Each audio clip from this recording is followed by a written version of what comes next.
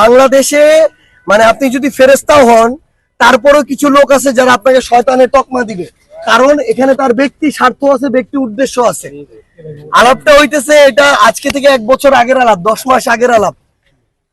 আমরা টিএসসি তে আমাদের ব্যক্তিগত উদ্যোগে যত টাকা ত্রাণে উঠানো হয়েছিল তার মধ্যে আমরা এটা একদম অডিট করে ইন্টারন্যাশনাল একটা ফার্মের মাধ্যমে অডিট করে এটা রিপোর্ট জমা দেওয়া হয়েছে।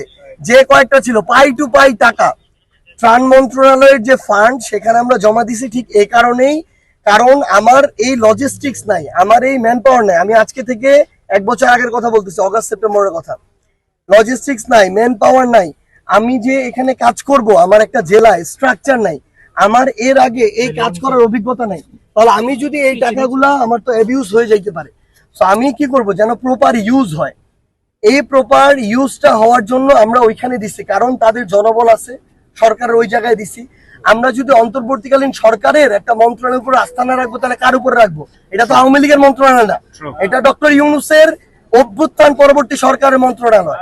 তো আমরা সেখানে দিছি যেন এটার প্রপার ইউজ হয়। তার জনবল আছে, তার অফিস আছে, তার ইনফ্রাস্ট্রাকচার আছে, তার চেইন অফ কমান্ড আছে। প্রত্যেকটা টাকা পাই টু পাই অডিট করে বুঝাই দেওয়া হয়েছে। এখন প্রশ্নটা এটা কাকে করবে?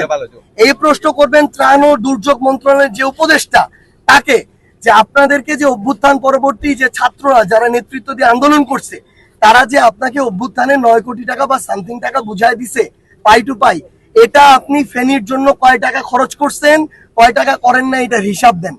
যদি কম করে থাকে তার বেশি, আপনারা সামনে আরো পরিস্থিতি খারাপ হতে পারে। এইটার জন্য লজিস্টিক সাপোর্ট যা যা তৈরি করা দরকার এটা আপনারা আপনাদের জায়গা থেকে বুঝে নেবেন। আমরা আপনাদেরকে অনুরোধ করবো, আপনারা যারা ফেনীর মিডিয়া ভাই আছেন, সচেতন নাগরিক সমাজ আছেন, আপনারা ত্রাণ মন্ত্রণালয়ের উপদেষ্টার কাছে এটা যাবেন। আমরা অলরেডি আমাদের ফেনীর যারা কেন্দ্রীয় ফেনীর যারা কেন্দ্রীয় কমিটির আছে তাদেরকে এই দায়িত্ব দিছি। তারা আগামী 1 সপ্তাহের মধ্যে ত্রাণ ও দুর্যোগ মন্ত্রণালয়ের যিনি উপদেষ্টা তার সাথে কথা বলে খবর নিবেন যে এই টাকা খরচ করা হয়েছে কিনা, যদি না হয় কেন হয় নাই, যদি এর বেশি হয় তাহলে সেই খরচের ডিটেলসটা যেন ফেনীর মানুষের কাছে উপস্থাপন করা হয়।